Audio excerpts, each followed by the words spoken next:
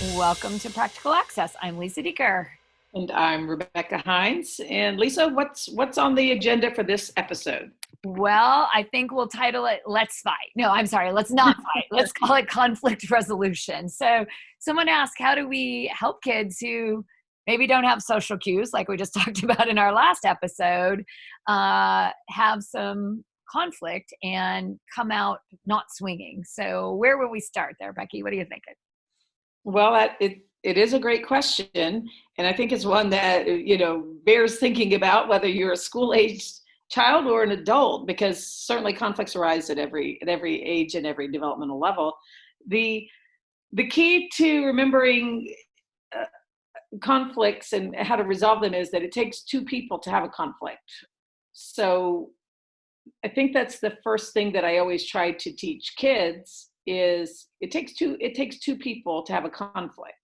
So that idea of understanding what the conflict is, and instead of two reptilian brains going at each other, if one person says something that is offensive or otherwise aggravating, instead of coming back and trying to go over the top, it's the stop and pause and give it a beat.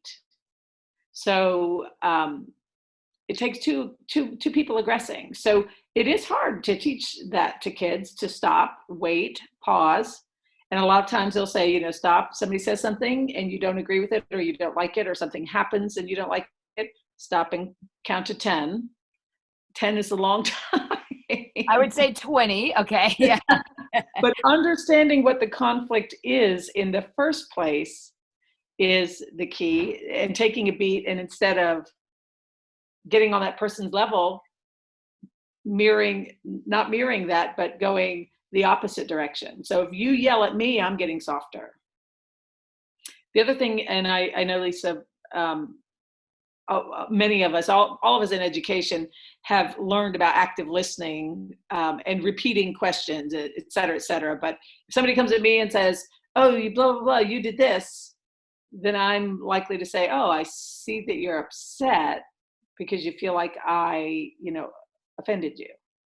So it's almost that restatement and starting that communication instead of starting that as an argument.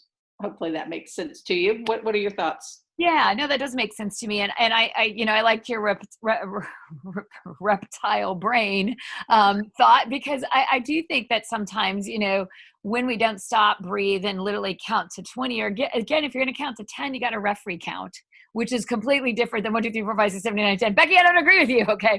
That tends to be what we do. And we actually increase our stress. It should be some deep breaths. It should be counting to 20, which we all know that. But this is a really strange way to stop conflict. One of two, as you said, it takes two people. One is to walk away and say, I'd like to talk to you when you're not so upset, so we can have a conversation. Or the second one is apologize. I always say you always get the last word in. Don't tell my husband, he's not here right now. But again, I do that a lot. If something is not going, I say, okay, I'm sorry. I did it. Okay, I did it. I'm sorry. Because what can you say after that?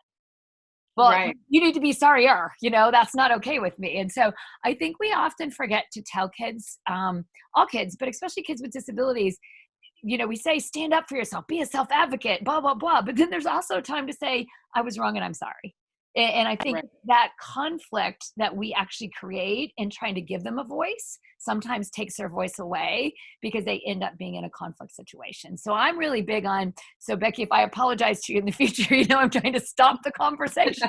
Because again, once you do that, there really isn't anywhere else to go. Because literally, if you're genuinely sorry, we should be able to move on. And, you and I both have been in lots of conflictual relationships, not between us. We don't fight a lot, once in a while, but even at universities and districts, people arguing with us. And yet what we often find is if you don't engage, you really do win. Right. Well, and let's just say that I'm not sorry because I did believe in what I did or said, etc. I think the counterpart of that is when somebody goes, I can't believe that you did X, Y, or Z. You apologize specifically for, how you've made that person feel, and say, I'm sorry that you don't agree with my assessment. I made the best decision possible. And you use that as a broken record. So no matter what you say to me after that, I say, I'm sorry that you disagree with my assessment, but I made the best decision possible. And getting that broken record until the other person can de-escalate is a strategy that I have used probably my whole life, but getting kids to understand how to use that strategy obviously is the key, and getting them to understand, as you said, acknowledging when you're wrong, or being willing and able to diffuse a situation when you do feel like you're right. And so knowing how to de-escalate the situation. One of the things that was a real advantage for me when I was I did work with great collaborators in all kind of classrooms who would model conflict resolution with me, because it was very much needed. And again, I've said often, I primarily worked at the middle school level. I worked elementary and high school, but my main area was middle school. And as you know, that age range tends to be really embroiled in conflict because they're just learning to argue really well and to disagree. And they're so hypersensitive to everything. So one case in particular, I had a last period of the day math class that I co-taught, and we had, 7 kids with emotional behavioral disorders included in that class, tough content, tough class. And it was important that they learn some social skills, but instead of doing it in a worksheet, I just told my co-teacher, hey, Brian, listen, tomorrow when I come in, pick a fight with me in front of the kids. I said, it doesn't even matter. Just make something up. I just need to model conflict resolution. So I walked in the next day and I kind of had forgotten that I told Brian that.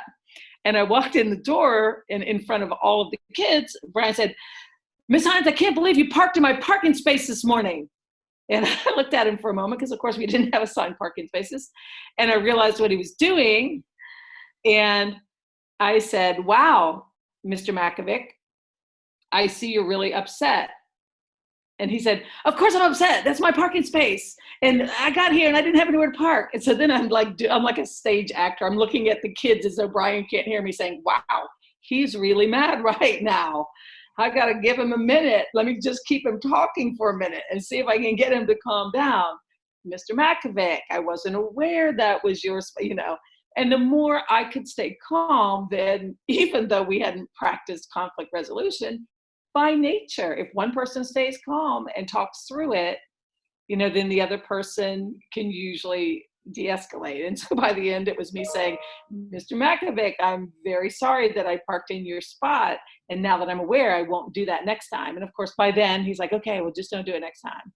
But the whole time I would just look out to the kids like in a stage whisper saying, wow, this guy, and they kind of felt like they were included. But it was very much clear to me that there were some kids who never saw conflicts appropriately resolved and never saw arguments appropriately resolved. And I think we forget that sometimes. Sometimes we're the ones that are having the appropriate adult interactions, and we do need to almost invent opportunities to model that type of conflict resolution. Yeah, I'm going to go to one of my weird jobs in conflict resolution and give a little advice. So I had the privilege of being a sorority house mother at a very young age when people were not sure I wasn't a member. And then I married my husband, and as newlyweds, we moved into a sorority house with 28 women. I'll just let that simmer for a moment. Probably the only woman who married her husband and said, please move in with me and 28 young women. And so we would laugh at, she took my toothbrush, or she had a friend over later, or whatever. And so what we learned very early on, and I think it's good advice when you have multiple children, I only had one, so this is my advice from being a house parent, is, we always said, I'm sorry, what did you say again? Blah, blah, blah, did this. I'm like, good, stay right here. I would go find blah, blah, blah. And I'd say, all right, now I can listen because you're both present. Because I don't have the bandwidth and the time to he said, she said. And usually it'd be like, well, next time ask me before. Oh, okay, I'll ask you. Great. And they'd walk away. Usually the conflict lasted about 30 seconds. I used that same model in the neighborhood when I was the hangout house, when all the boys would come over, they'd, Mrs. Dieker, so-and-so. I'm like, oh, okay, I really all can go home. Oh, well, we're not fighting anymore. Oh, Yeah. okay. Because if you are, you can all go home. So I think also modeling that conflict doesn't have to be stirred and boiled. It can be resolved. And that's what conflict resolution means. And I think the quickest way to resolve it is face to face and words, calmed and breathing. If you find that can't happen and your kids are really fighting, separate them. When I have, wow, I'm like, you know what? We'll meet tomorrow morning at 8 o'clock. You both think about what you want to say. I'm not going to keep adding fuel to the fire. So do make sure as you're helping your kids learn to resolve conflict that you don't let them have kerosene and gasoline to ignite that fire even greater. Yeah, that's a great tip. And I think I would, my final thought on this particular topic is to remind people of the body language of conflict. So anyone who has done any kind of crisis, training, or learned about how to manage aggressive physical interactions, I think some of the same things we learn about body language and, if one person's standing, then sit. you know, how what subtle things can I do that are going to appear less threatening? And even teacher-student conflict, which we didn't mention. If you're a teacher and you're engaging in this, and it's stoop down, if the student's sitting, that is an authoritarian, physically more aggressive stance than being eye to eye. So meet me at the back table to discuss this is much better than me leaning over a student and having a conflict. So similarly, teaching kids, you mentioned teach them to walk away, but if it's a conversation that they need to have, teach them to invite to find a neutral spot. Let's sit over here and talk about this. And if I'm the teacher, I might say, why don't you guys go sit over there and talk about this? If it is something to talk about. If it's fully aggressive, just knowing little things like not squaring up to a person, 1 foot slightly back, slightly turned, is a far less aggressive stance than being completely, confronting somebody physically. Well, and I'll just end with, I like to end any conflict I have by reaffirming what I like about the person. So think about that when your kids are having conflict. If you as a teacher are having a conflict with a student, if two students are having conflict, see if you can end the resolution by, but is there one thing you can tell me that you value about blank? And it really does make a new start, because I think often conflict gets resolved, but it simmers. I find that especially for adolescent girls, that, they still remember what they did in August to each other. But if you end by, well, let me affirm, yeah, Becky, what I really like about you is you've got a great sense of humor. And so that then at the walk away, the last thing hopefully you remember then is what I said good about you instead of the conflict we had. So that would be my last tip. So, well, thank you for joining us at Practical Access. And if you have any questions, please send them to us as a tweet at Access Practical.